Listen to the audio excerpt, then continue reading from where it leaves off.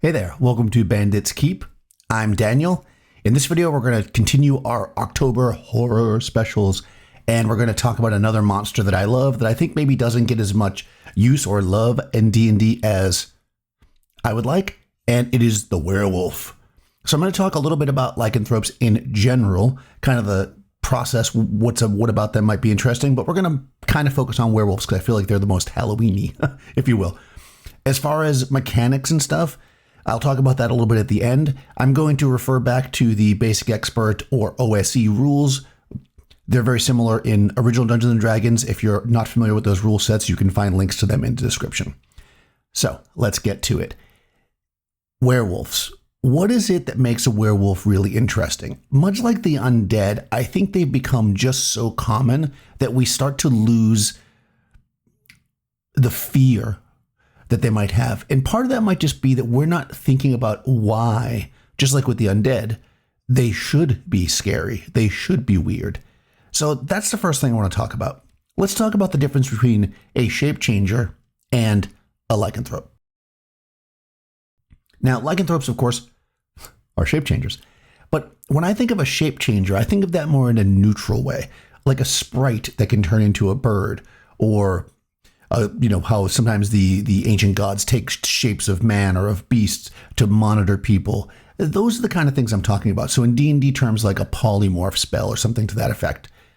While those are in and of themselves interesting and maybe a little bit scary, the idea of the lycanthrope is very much tied to the idea that they change into a single thing. Now, in D&D, generally, you've got your human form, my human form, you've got your animal form, so in the case of werewolf, a wolf, and then you've got this kind of in-between wolfman form, kind of like the universal monster wolfman. And while this can be very interesting to have that kind of third, wolfman type form, I'm going to lean heavily into, or in my games, I lean heavily into the first two. They're either a human or they're a wolf.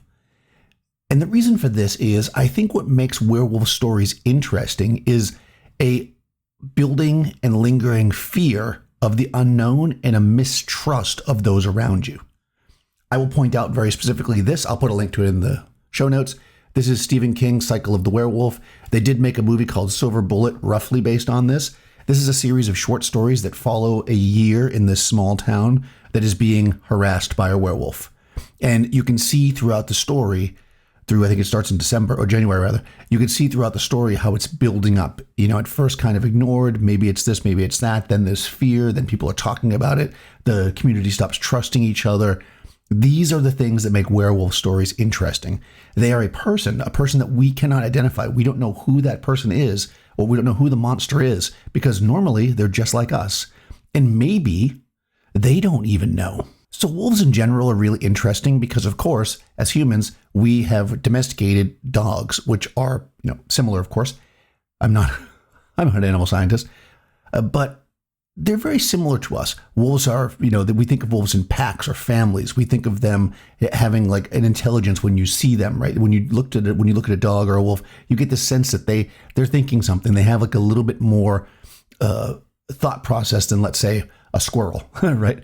These are the things we think. So it makes them almost a little bit scarier, right? We think of stories even with regular wolves where they surround people and they kind of use tactics, if you will, right? That's even used in some of the games where they call it wolf tactics. These are things that we associate with wolves. They are human-like, even in their animalness.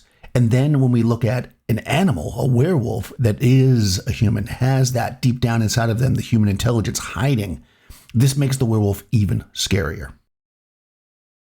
As I was kind of searching around, and of course I keep terrible notes, so I don't know where I got this from exactly, but some video I watched or some channel I looked at, they had described the life of a werewolf as being one of solitude and violence. I love the idea that once you know that you're the werewolf, you feel like, unless you're an evil person, which we'll talk about in a bit, you feel like you want to be away from people. You're dangerous. You don't trust yourself. You don't want the wolf to hurt those around you. So you start to pull yourself away. You become a hermit, or you're quiet. You lose friends that you might have had. You go off wandering in the woods by yourself at night. You don't go around people. You don't want to risk it. At first, maybe it's only during the few days of the month that you change in the full moon. But then little by little, it's a couple of days before or a couple of days after, because you don't want to take a chance, right? Then a few more days. And as you're away from people, you begin to, lose those friends because you're not making contact with them. Then you start to let the wolf out more, and it's committing violent acts, and maybe just on animals, deer or whatever. And then next thing you know, a person's dead. Somebody who was in the woods camping, somebody who was traveling. Now you're ashamed. Now you're worried. You become even more this. So the story of a werewolf in that kind of a story is one of solitude and violence. Let's talk a little bit about three kind of types, if you will, of werewolves. This is kind of the way they broke them down on the show Monstrum, which is on the channel Storied. I will put a link to it here. They basically have three types. The type that is a victim, basically that you pity, the type that is the damned, and the warrior type. So let's look at each one. I'm going to mostly focus on the victim because I find that one to be the most interesting as far as a story is concerned.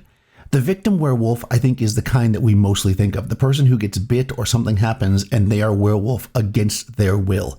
They change to the wolf without their own control. They are the wolf. They don't want to be the wolf. But of course, self-preservation, they want to hide it because they don't want people to know that they're the wolf because they'll be killed or whatever. So the victim is afraid. They're afraid of losing control, that solitude that I talked about before. So the second one, the damned, they're cursed, right? You could think of lycanthropy generally as being a curse anyways. I think it is by the rules in most D&D sets, but they're cursed in a different way. This damned werewolf isn't so much that they got bit by a wolf, although that could be maybe the gods or whatever send a werewolf to bite them to do it. But the idea is they're being punished. And in that punishment, they're losing their human form, and they are more or less permanently changed to a wolf, at least until they redeem themselves, so that kind of thing. So what we're looking at here is this damned werewolf is when you hear stories of a terrible black wolf, or, the black dog, as they call it, stories that you hear wandering around the woods and killing people and showing up, and people fear it. It's around. Nobody talks about that wolf being a person because they don't even think of it like that. But then some who have seen it see that it has the eyes of a man. This is the soul. This is the evil essence of some kind of person who committed terrible acts. In tradition, it could be things like cannibalism or human sacrifice, but in a D&D world, it could be any number of things, maybe just messing with the wrong sorceries, right? And the final type is a little bit more maybe playable, so we'll talk about that a bit too, which is the warrior type, the berserker who transforms, even in just spirit, maybe not in form, into an animal when they are on the battlefield. This is something to be feared, but also maybe respected, right? That powerful warrior that everyone's a little bit nervous if they drink too much because you don't want to get on their bad side, but you want them with you on the battlefield fighting by your side. The Hyperborea system, RPG, I'll put a link to that in the show notes, has a berserker class, and when they get to a high enough level, they actually do have some kind of transformation, which I think is very cool and a very cool element you can put into your game. They go into this berserker rage so much that they actually become like the animal. They physically change. And I like that. I like that a lot. And that, again, that's very gameable. All right, so while we're on this, let's talk about becoming a werewolf. If we look at our first type, which is the victim, they're generally becoming a werewolf because they got cursed, generally by being attacked. In most systems, if you take a certain amount of damage, we're going to go over the mechanics at the end, but you will turn into a lycanthrope unless you make a saving throw or that kind of effect, or you're brought to a cleric. So the victim usually is transformed by being attacked by and hurt by a werewolf or some other type of were-creature. But much like the Selkie, there are plenty of stories of werewolf transformations by pelts, that is a magic item. Now we're starting to drift closer into something that you can use for your characters, right? Because in most game systems, if you are bitten and you are the victim werewolf, if you are not cured, you basically lose yourself, you become an NPC by most rule sets. You can't be a werewolf, right? Although obviously DMs all over the world forever have been allowing it, I'm sure, but by the rules. So this is a way that you can introduce that. In fact, my Palace of the Silver Princess actual play that we ran in original Dungeons and Dragons, I had what they thought was a bearskin rug that was a pelt of a bear that turned the character into a bear.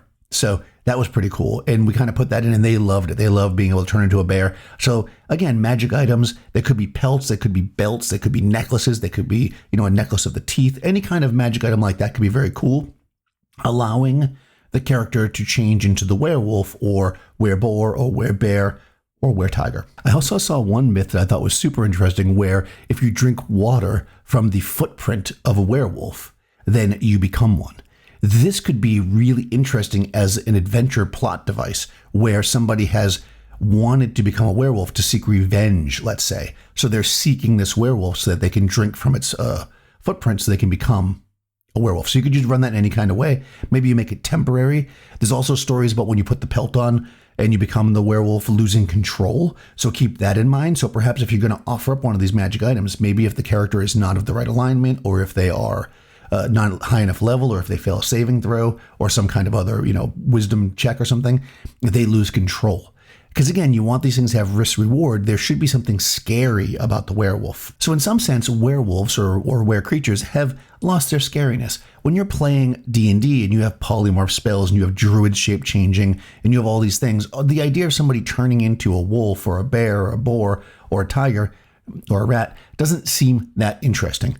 This is why we need to build them up with a bit more of attention. It shouldn't just be you wander. I mean, you can have this obviously, but if you wander into a dungeon and you run into 3 werewolves and you fight them, that might be a tough fight.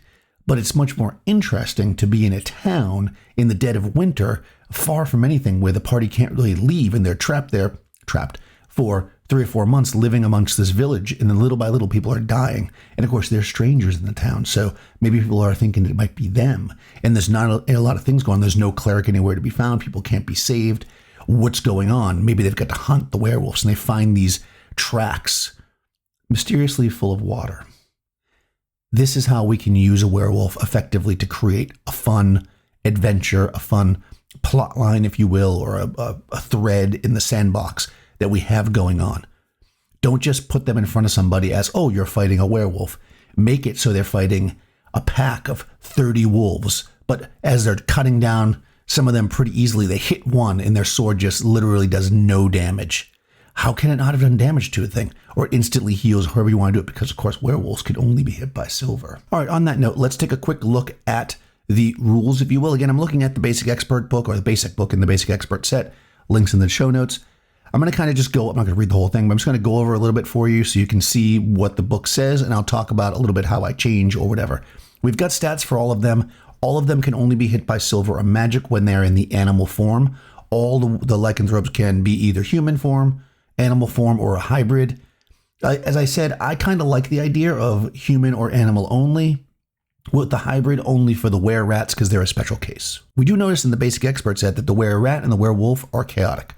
The were-boar, were-tiger, and were-bear are neutral. So they're a little bit more NPC level, where the were-rats and the werewolf are a little bit more monster level, if you want to think of it like that. Now, in animal form, as I said, they cannot speak except for the other animals. Wolves can howl at wolves. They are immune to attacks by regular weapons. They need silver or magic, right? But in human form, they're just regular people, which means that you can take a werewolf, which is a very tough monster. If you take a first level party, you're talking about a 4-hit die monster that they can't even hit except for maybe with a silver dagger or some arrows. But if they treat it like a mystery and they track that person down and face them in human form, they're much easier to beat. As noted, they can all summon animals to help them. So werewolves can summon wolves, werebears can summon bears. That is going to be the key tool of your werewolf, right? And let the werewolf be a long-running monster, right? The werewolf is attacking a villager. The party comes to fight it. It howls. 10 wolves show up or whatever. The party starts fighting the group of them. The werewolf retreats, right? They're not stupid. They don't want to be killed, right? Let them be a monster that has to be tracked. It needs to be searched for. It should be feared in the dark. Don't just have the werewolf stand there and fight the party. Partially because if it's a low-level party, they won't be able to beat it. Okay, so looking at it now, there's no saving throw. If you just take 50% of your damage from a were creature by their bite or claws or whatever, then you will contract lycanthropy if you are a human, or you will simply die if you are not a human. And that takes place in 2d12 days. So they don't have a whole lot of time to find that high-level cleric to help them. Again, if you're going to have a werewolf around, you might want to keep in mind that they need something. And if you do that small village thing that I mentioned, dead of winter, they can't leave, maybe there's catacombs below the city that have some way to cure it. Or maybe another classic trope is when the werewolf dies, it frees everybody from the curse. So now the party has to hunt this thing. They've got to take it out with some silver arrows or whatever, or find it in human form and take it out normally in order to save everybody who's been infected before they themselves turn. All right, let's do a quick look at the various types of lycanthropes that are in this edition. Obviously, there are other ones, but for here we have were-rats. They're different from most lycanthropes because they're intelligent, they can speak common even in the rat form, and they use weapons and stuff. So basically, the were-rats are like they half man, half rat form fighting with weapons. You know, they're sneaking under the cities. These are great to use in large metropolises where maybe they have thieves guilds under the sewers. Your werewolf, as I mentioned before, is semi-intelligent. They hunt in packs. They any group of 5 or more will have a leader who has 30 hit points and 5 hit dice. They had +2 to the damage rolls. So again, a pack of werewolves, whew, that's going to be really tough. That's a high level thing right there. So you can scale these. A single werewolf with regular wolves is a great adventure for a 1st, 2nd, 3rd level party. When you get up into like 6th, 7th, 8th level parties, like high level parties, you can still make werewolves dangerous by having large groups of them. Wereboars are great. They are basically the berserkers when they're in human form, and then they turn into a boar. So again, this is a great thing to have as a leader when you roll up a set of berserkers. You roll up some wandering berserkers or berserkers that are raiding the town that the PCs are going to help. Maybe one of them is rumored to turn into a wild beast, and that is the wereboar. Again, let the party figure that out. Let them fight the wereboar. Let them learn its weaknesses like Wolf's Bane and stuff like that, so that it can be this like tough but not impossible monster to fight. Where tigers are like sneaky and, you know, they're like cats. I find these to be my least used, to be honest with you. I guess if you wanted to play like a half tiger, half person character and you wanted to kind of make that work into a game, you could probably have somebody play a were-tiger. Again, not my favorite. I would love to know in the comments below if you guys have used were-tigers, how you use them, what you think about were-tigers. Were-bears I've used quite a bit though. Were-bears I usually treat as kind of intelligent hermits that live out in the woods where you seek advice from. They're generally gentle, you know, because they're powerful, right? And they can take you out pretty easily, but they're not going to naturally attack. They're neutral in this, but I usually make were-bears lawful, and I treat them, like I said, as like a good entity in the woods. Maybe they're protecting a wood, possibly even a quest giver. Let's take a second again to talk about PCs as werewolves. To me, I don't necessarily see that you need to make them an NPC, but you do need the buy-in from the player themselves that their character will be, during a full moon, will transform and they will lose control of that character. If they do, common tropes, have the party lock them up, do things like that to protect that. Again, that creates an interesting party secret.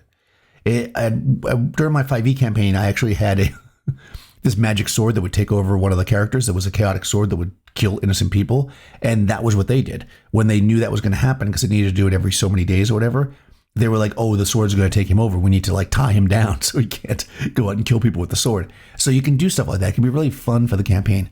I don't recommend having I snap my fingers and I turn into a wolf. I think that can really unbalance simple games like Basic Expert.